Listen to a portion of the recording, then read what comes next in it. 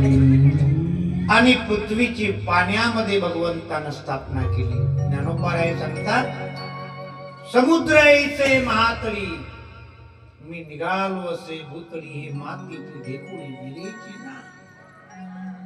मी स्थापना केली पाण्यामध्ये. ए राजा, यानंतर शुकदेव बाबा राजा परीक्षितीला सांगतात, ऐक, कथा पालट करत. मनु आणि शत्रुपेचा वंश शुकानं परीक्षितीला सांगितला. मनु आणि शत्रुपेच्या वंशामध्ये 2 मुलं आणि 3 मुली. आकुती प्रसूती देव होती, 3 मुली जन्माला आल्या. उतानपाद आणि प्रियव्रत हे 2 मुलं जन्माला आली. राजा, आकुतीचा विवाह रुची नामक साधू सोबत झाला आणि महाराज प्रसूतीचा विवाह प्रजापती दक्षा सोबत. 60 कन्या, त्यातल्या 27 कन्या चंद्राला दिल्या. 1 कन्या भगवान महादेवाला अर्पण केली. तिचं नाव सती. भगवान महादेवाने सतीचा संसार फार काळ टिकला नाही महाराज. का टिकला नाही? या दोघांच्या संसारामध्ये शंकेनं घर केलं. शंकेनं. ज्ञानोबाराय सांगतात, मनोनी संशयावनी थोर, पाप नाही अनेक घोर, विनाशाशी वाघोर प्राणी यातो. एक शंका अनेक संसाराचा उद्ध्वस्त करतात महाराज. एक शंका. सती आणि महादेवाच्या संसारामध्ये एका शंकेनं घर केलं आणि त्या शंकेपुढे दोघांचा संसार उद्ध्वस्त. एक दृष्टांत डोळ्यासमोर आणा. एक राजा शिकारीला गेला होता आणि महाराज त्याचा एक सेवक होता. सेवक, तो सेवक त्याचं एकच काम, सायंकाळी 7 वाजता राजाचा बेड साफ करायचा, बेडशीट बदलवायची.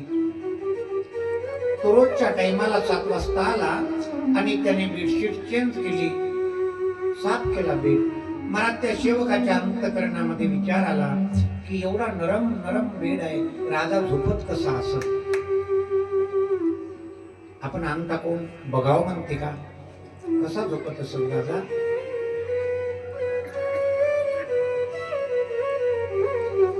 सहज त्या सेवकाने अंग टाकलं. महाराज थकून होता, कधी तसा बेड बघितला नाही. आणि महाराज जसं अंग टाकलं ना, अंग टाकल्या टाकल्या लगत डोळा लागला त्याचा. कल्पना तुम्ही. रात्रीचे 10 वाजले. 10 वाजता राणी आपले सर्व नित्यनेमाचे काम करून शयन कक्षामध्ये आराम करायला आली. हा माणूस थंडीचे दिवस रटल्यामुळे विताळाकडे तोंड करतो आणि पांघरून झोपून जातो. राणीला वाटलं आपल्या बेडवर झोपू नये, म्हणजे शंका यायला कारण नाही, मालकच आहे आपले. शिकारीवरून लवकर आले असं, थकले, झोपून गेले. काय उठवायचं? दुधाचा प्याला टेबलवर ठेवला राणीनं आणि राणी इकडं तोंड करून झोपून गेली. 1:30 वाजता रात्री खरा राजा शिकारीवरून आला आणि राजा आपल्या महालामध्ये गेला.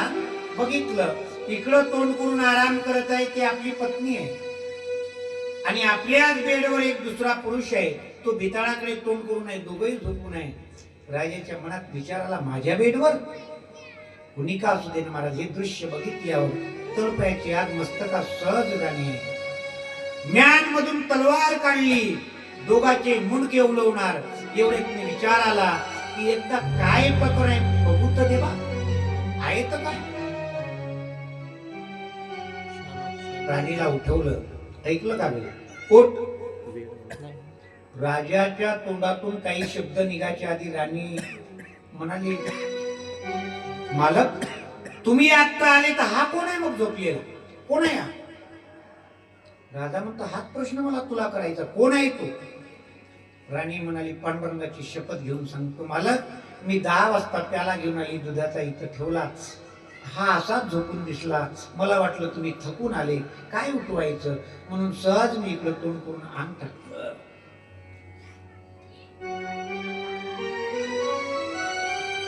राजानं त्याचं ब्लँकेट ओढलं.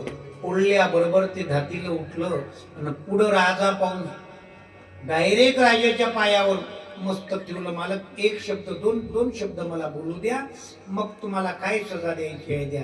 ऐका मालक, मी तुमच्या राज्यातला सेवक आहे, माझ्याकडे एकच काम आहे, तुमचा बेट सायंकाळी 7 वाजता साफ करणे. मी रोजच्या वेळेवर माझा बेट साफ करायला आलो.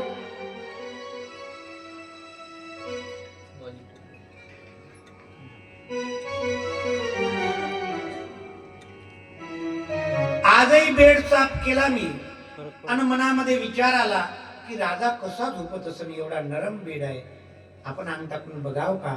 मालक फक्त अंग टाकून बघितलं, डोळा लागला, पुढं काय झालं मला माहित नाही, आता फाशीची सजा द्या, का द्यायचं आहे द्या. राजा म्हणाला, 2 निष्पाप जीवाला मी बळी देत होतो, सजा देतो. दादा, एक शंका अनेक जीवाचं उद्ध्वस्त करत बरं का. शंका फार घातक आहे. नात्यामध्ये विश्वास फार महत्वाचा आहे. ज्या नात्यामध्ये विश्वास उरला नाही ना महाराज, ते नाते नष्ट. तीडभर जरी शंका आली ना, ते घातक.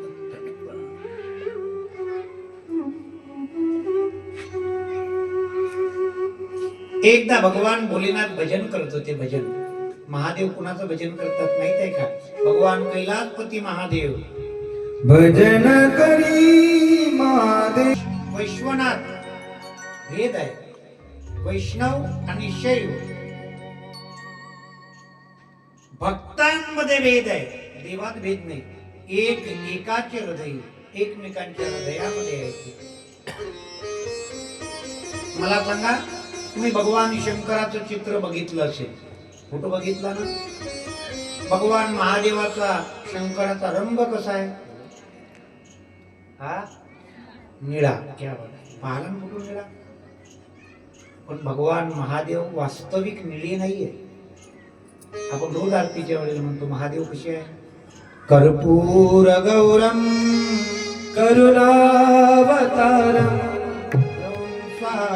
सारम भुजगेन्द्रहारम सदा वसन्तं हृदयारविन्दे भवं भवानी सहितं नमामि. मन्दारमाला कृपालकाय शङ्कराय दिगम्बराय च दिगम्बराय नमः शिवाय नमः शिवाय. कर्पूर गौरम करुणावतारम. भगवान महादेव कापरासारखे पांढरे, कापरासारखे पांढरे. मग निळे का आहे? पांढरे. भगवान विष्णू कसे आहे? निळे. मेघवर्णम शुभांगम. मेघासारखे निळे आहे भगवान विष्णू. आणि भगवान महादेव विष्णूचं ध्यान करत असल्यामुळे ते निळे दिसतात.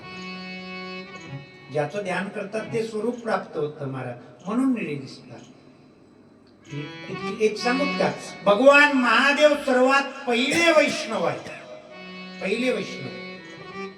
हा, आपण रोज हरिपाठामध्ये गुरु परंपरेच्या बद्दल म्हणतो, आदिनाथ गुरु सकळ सिद्धांत. आदिनाथ कोण आहे? भगवान महादेव. एका जनार्दनी वैष्णव शिरोमणी महादेव. सगळ्यात मोठे वैष्णव कोण असत ना महाराज? महादेव आहे. आजही आम्ही तर फक्त आषाढीला न कार्तिकीलाच पंढरपूरला जातो वैष्णव म्हणणारे, पण रोज सकाळी 4:30 वाजता काशीवरून भगवान महादेव पंढरपूरला काकड आरतीला रोज येतात. ब्रह्मादिक नाचती उभ्या जोडोनी हात,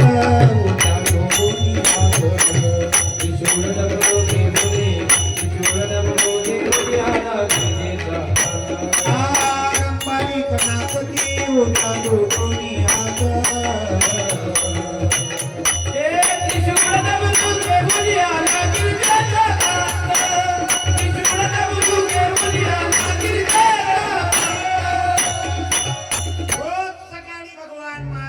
काशीवरून पंढरपूरला काकड आरतीला जातात रोज. हा भेद भक्तांमध्ये आहे. उभ्या चंदनवाले यायचं आडव्या चंदनवाले यायचं जमत नाही. भेद आहे भक्तात. दोन गाव होते मला, एक शिवपूर आणि एक विष्णुपूर, दोन गाव होते. शिवपुरामधले सगळे शैव भगवान महादेवाचे भक्त आडवे चंदनवाले, आणि विष्णुपुरामध्ये सगळे वैष्णव उभ्या चंदनवाले. दोघांचं अजिबात पटेना. विष्णुपुरामधील सगळे लोक उभे काम करत होते, उभे चंदनवाले. आणि शिवपुरामधले सगळे लोक काम आडवे करायचे. त्याले पराठीचे सारे फळाचे असून तर आडवे, हे उभे. दोघांचं छत्तीस चालायचे.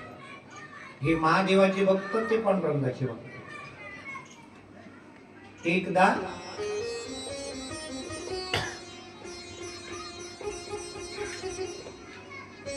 शिवपुरातली विष्णुपुरातली मुलगी विष्णुपुरात दिली, शिवपुरातली मुलगी. आता सगळे काम त्या शिवपुरातल्या मुलींना सवय होती आडवं काम करायची सगळी. आता बापाच्या घरी ती परंपरा होती, सर्व आडवं चंदनवाले काम आडवं. लग्न झालं, सकाळी सकाळी 4:30 वाजता उठली की मग जुन्या काळामध्ये पोत्रा मारा लागे घराला, सारवण होते. आता वाटत नाही मला एकाही घरी पोत्रा म्हणजे काही माहित असं. देव आणि सासवा सारवल्या बिचाऱ्या, पोत्रा राहिलाच नाही. आता तिनं पोतीरा हातात घेतला आणि घर सारवू लागली. आता सवय होती आडवं सारवायची, आडवं ते सारवत आहे आडवं. सासरा बाहेर जायला डबा घेतला, टमरेल निघाला आणि सून आडवं सारवत आहे दिसली. पहाटे पहाटे सुनावर कातवला, ए बाई, हे तुझ्या बापाचं शिवपुर नाहीये, आम्ही पांडुरंगाचे भक्त आहोत. सगळे काम आम्ही उभं करतो, उभं चंदनवाले आहो आम्ही, आडवं नाही करत. पोतीरा आडवा नाही फिरवाचा, उभा फिरवाचा, उभा. आता तिला सर्व आडवेची सवय होती. ते कसं तरी मोठ्या मुश्किलीने उभा फिरवला. सासरा गेला, संडासले जाऊन आला. आल्या तिकून हातावर मंजन घेतलं, तोंड घासू लागला. सून गेली पुढे, मामाजी काय झालं? तुम्ही विष्णुपुरातले लोक? हा. एकही काम आडवं जमत नाही? नाही. मग दात उभं घाता ना, काही आडवं घातता, कशाला घातता? भेद देवात नाही महाराज, भक्तात नाही भेद आहे. एक एकाच हृदय, दोन्ही सारखे सारखे. त्रिशूळावरी काशीपुरी, चक्रावरी पंढरी, दोन्ही सारखे सारखे.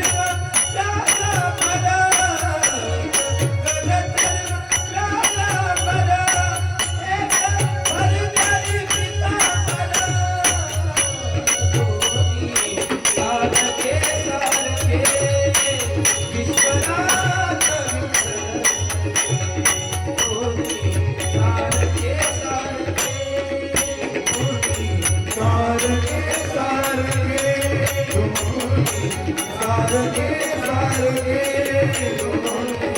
सारखे सारखे वेद भक्तांमध्ये मला देवात भेद नाही. भगवान महादेव सदैव श्रीरामजीचं चिंतन करतात. पण सती आई साहेबाच्या अंतकरणामध्ये शंका आली, जे स्वतः देव आहे ते कोणाचं भजन करतात म्हणे रामजीचं. मग मी त्या रामजीची परीक्षा घेते. सती आई साहेबांनी सीतेचं रूप धारण केलं आणि महाराज भगवान राम त्रेता युगामध्ये लीला करत होते. वनांतरामध्ये सीताई साहेबाचा शोध घेत असताना विलाप करत होते, सीते सीते सीते. सती आई साहेब भगवान राम प्रभूच्या पुढे जाऊन उभे राहिल्या सीतेचं रूप घेऊन. त्यावेळेला प्रभू रामचंद्राने ओळखलं आणि वंदन केलं. आई तुम्ही इथे दशरथ पुत्र रामचंद्राचा प्रणाम स्वीकार करा. सती आई साहेब लज्जित झाली. मी चूक केली प्रभू ओळखायला. आणि महाराज कैलास पर्वतावर सती आई साहेब निघून गेली. भगवान महादेवाने जाणलं सतीने सीतेचं रूप धारण केलं. सीता माझी आई आहे. आजपासून तिचं आणि माझं नातं आईचं न मुलाचं. राजा अनेक दिवस सती कैलास पर्वतावर राहिली. पण सतीच्या लक्षात आला प्रभूने आपला त्याग केला. एक दिवस प्रजापती दक्षाकडे यज्ञ होता महाराज. प्रजापती दक्षाने जाणून बुजून भगवान महादेवाला बोलावलं नाही. अनेक देव देवता आकाश मार्गाने चालले. सती भगवान महादेवाला म्हणाली, ऐका ना, माझ्या वडिलाकडे यज्ञ आहे, पूजा आहे, मी जाऊ का? महादेव म्हणाले, सती काही ठिकाणी बगर आमंत्रणानं जाऊ नये. नवे नवे आपण जिथं गेल्यानं त्यांची नाकं मोडत असेल त्या ठिकाणी आपण नाही गेलं पाहिजे. सुनाऊ उमामये अनुभव अपना सुनाऊ उमामये अनुभव अपना सुनाऊ उमामये अनुभव अपना सुनाऊ उमामये सुनाऊ अनुभव अपना सच हरि भजन जगत सब सकला सच हरि भजन जगत सब सकला सच हरि भजन जगत सब सकला सच हरि भजन जगत सब सकला सुनाऊ उमामये अनुभव अपना सुनाऊ उमामये अनुभव अपना सुनाऊ उमामये अनुभव अपना सुनाऊ उमामये अनुभव अपना. काही ठिकाणी नाही गेलं पाहिजे, नाही गेलं पाहिजे. बोलावलं तरी जाऊ नये सती. काही ठिकाणी बोलावलं तर गेलं पाहिजे, न बोलावता नाही गेलं पाहिजे. भगवान महादेव सतीला सांगतात, सती एकदा बाईचं लग्न झालं, माहेरी बाईनं जास्त येरदारा नाही केल्या पाहिजे. नवरा हातात घेतला थैला का निघली, हे काम नाही केलं. भगवान महादेव सांगतात सतीला, माझं मत नाही, इचकून बघत जा ग्रंथ.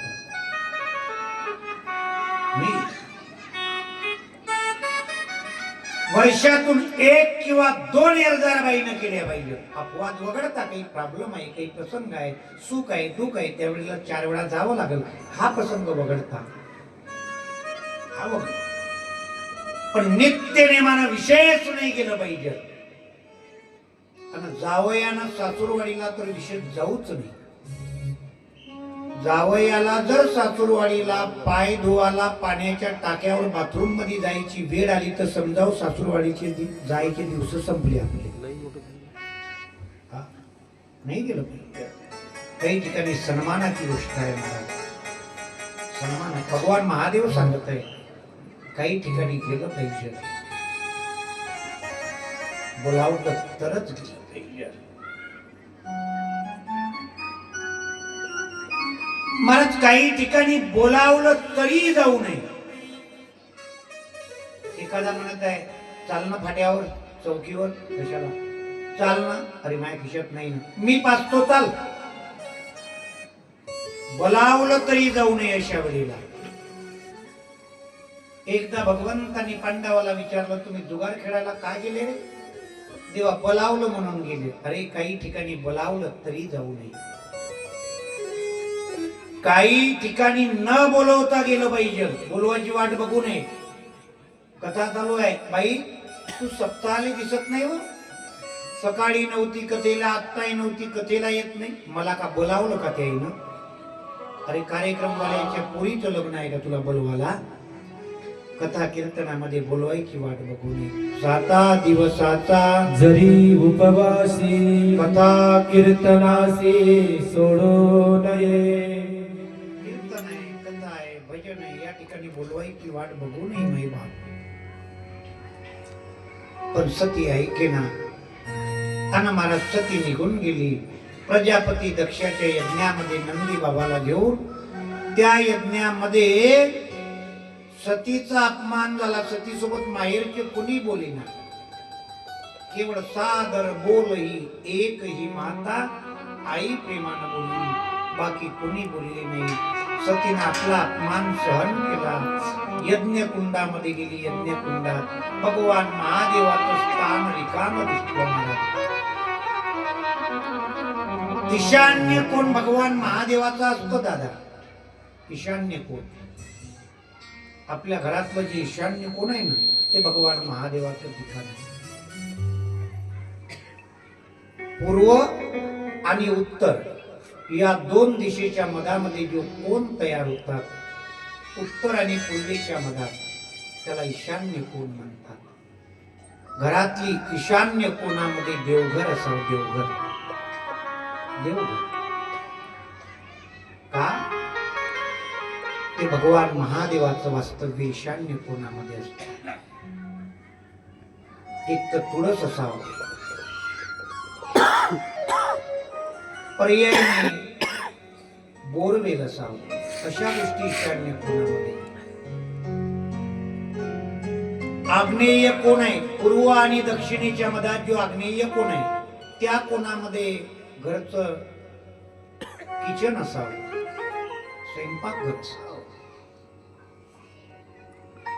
ईशान्य कोण भगवान महादेवाचं वास्तव्य आहे. काही कारणास्तव ईशान्य कोणात देवघर बनवता येत नसेल त्या कोणामध्ये रोज सकाळ संध्याकाळी दिवा लावत गेला पाहिजे. का? तिथे भगवान महादेव राहतात ईशान्य कोणामध्ये. सतीला ती कोण रिकामा दिसला. त्या वेळेला आपल्या पतीचा अपमान तिनं सहन केला नाही. ऐका ना दादा, खरी पतिव्रता स्त्री असेल ना, ज्या ठिकाणी आपल्या मालकाचा अपमान होते त्या ठिकाणी बाईनं जाऊ नये. एकदा